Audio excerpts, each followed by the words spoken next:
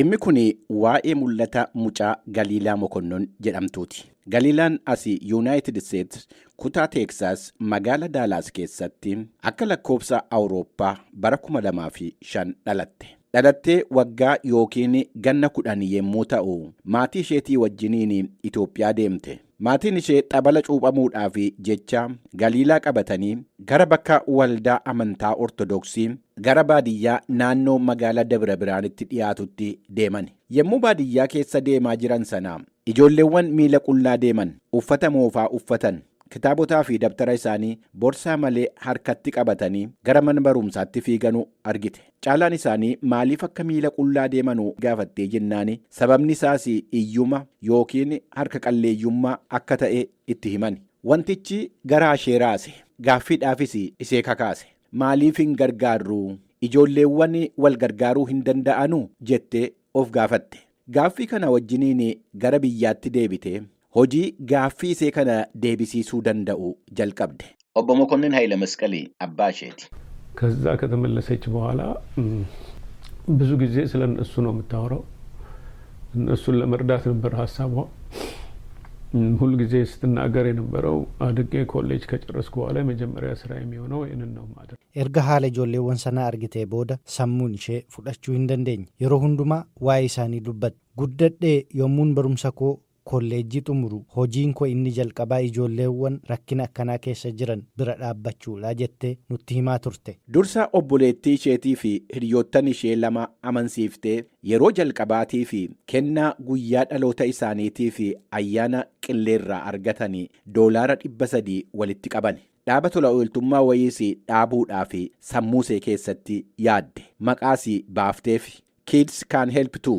Ijoolleewwanis gargaaruu ni danda'u maqaa jedhu dhaabbata isheetiif baafte. Obboleettii isheetii fi hiriyaa ishee lammanii alatti gargaartota dabalataa argachuudhaaf yaada ishee gara hiriyoottan ishee mana barumsaa keessa jiranutti itti babal'isuudhaaf jirtu akka tasaa dhukkubsatte. Dhukkubni ishees በዚህ መካከል ገሊላ ድንገት ታመመች. we found out ካንሰር መሆኑ ታወቀ. ገሊላን akka tasaa dhukkubsatte. Dhukkubni ishees kaansarii ta'uu isaa baruu dandeenye. Dhukkubni ishee akaakuu kaansaraa Clear cell sarcoma kan jedhamuu fi namoottan muraasa irratti mul'atudha. Akka isheen dhukkuba kanarraa fayyuu hin dandeenye erga baramee booda dhaabbanni Make a Wish yookiin gaarii hawwii jedhamu itti lubbuudhaan jirtu akka isheen bakka barbaadde daawwattu badhaasa maallaqaa akka moote itti himee maallaqa badhaasaan argatte kanaanis eessa deemuudhaa fi maal daawwachuu akka barbaaddu gaafate.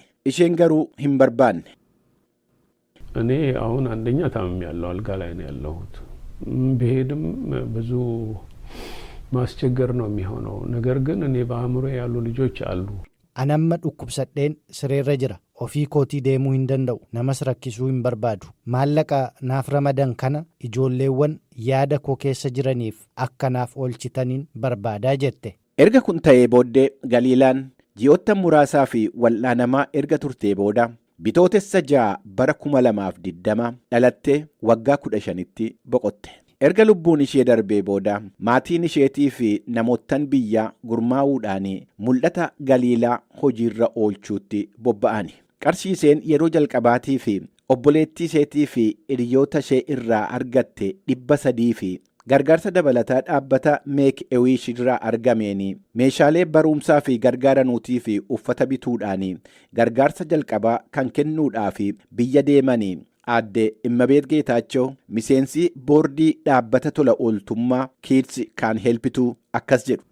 የምናደርገው ልጅ ልጅን እንዲረዳ ነው እና እዚህ አሁን እኛ እየሰራን ያለ ነው ልጆቹን ኮንቪንስ በማድረግ kan hojjechaa jirru akka ijoolleewwan gargaaran gochuudha. Ijoolleewwanas jiran amansiifnee akka ijoolleewwan biyya jiran gargaaran taasisaa jirra.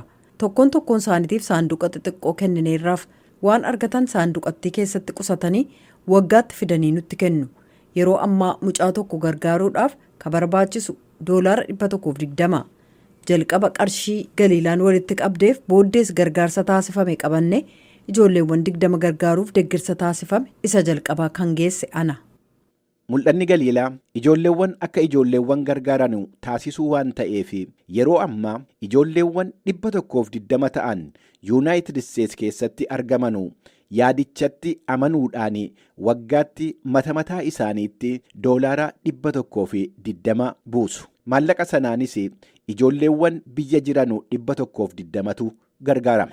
Maatiiwwan ijoolleewwan dhaabbata maqaa Galiilaatiin dhaabbate kanarraa gargaarsa argachaa jiran keessaa tokko kan ta'an Aadde Atsadee Sihiin akkas jedhu. ስሜ አጸደ ስሜ ይባላል። ልጆቻችንን በአግባቡ ያስተማሩልን ነው። Maqaan koo Atsadee Sihiin jedhama. Ijoolleewwan keenya sirriitti nuuf barsiisaa jiru. Gargaarsa isaaniif malu taasisaafii jiru. Ijoolleewwan mana barumsaa keessatti sadarkaa gaariirra jiran jajjabeessuudhaaf gargaarsa laachaa jiru. Karaa kootiin baay'ee gaariidha. Maatiin biroos Aadde Mimmii Walduu akkana jechuudhaan dubbatanii waan dhaabbaticharraa argachaa jiran. ሚሚ መንግስቱ ባያለው እኔ እሺ የልጆች ስም ድላይት ወልዱና ስጦታ ወልዱ ናቸው። ሁለት ናቸው።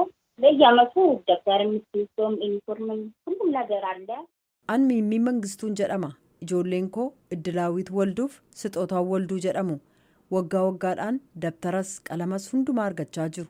Waaqayyoof haa galatu. Karaa ijoollee kootiin an baay'ee gammachuun qaba. Ijoolleen koo bu'aa irraa argatanii sadarkaa gaarii irra ga'uu isaaniitiif baay'een gammada. Obbo Zaruu Baabalii Manuu biyya keessatti namootaan tola ooltummaadhaan dhaabbaticha bakka bu'anii hoogganan keessaa isaan tokko. Waan dhaabbatichi ammaa fi hojjechaa jiru ibsuudhaan fuula duratti immoo ittuu hojjechuu danda'e waan jedhan irratti akkas jedhan. የሚረዱት ተማሪዎች ለአሁኑ 120 ተማሪ እየረዳን ነው በአመት yeroo ammaa ijoollee 120 waggaa waggaadhaan meeshaalee barumsaa isaan barbaachisuun gargaaraa jirra. Fuula duratti immoo yoo danda'ame ijoolleewwan kana nyaataan gargaaruun utuu danda'ame gaariidha. Sababni isaas ijoolleewwan hammi tokko otoo hin nyaatiin waan mana barumsaa deemaniif gara kanaanis rakkina jiru utuu hiikuun danda'ame gaarii natti fakkaata. Mul'ata Galiilaa isa awwaalchaa ol ta'e lubbuu horatee socho'aa jiru kana guddisuudhaan lakkoofsa ijoolleewwan gargaaramuu 120 ol gochuu bakka xiyyeeffannaa gargaarsichaas magaala Dabra Biraan irraa dabarsanii babal'isuu ilaalchisee Aadde Immebeet Geetaachoo akkas jedhu. ደብረ ብርሃን ብቻ መሆን የለበት እንግዲህ ዓላማችን ትልቅ Naannoo Dabra Biraan qofaarratti hafuu hin qabu. Lakkoofsa ijoolleewwanis 120 irraa gara 250tti ol butus karoora qabna. Kaayyoon keenya guddaadha.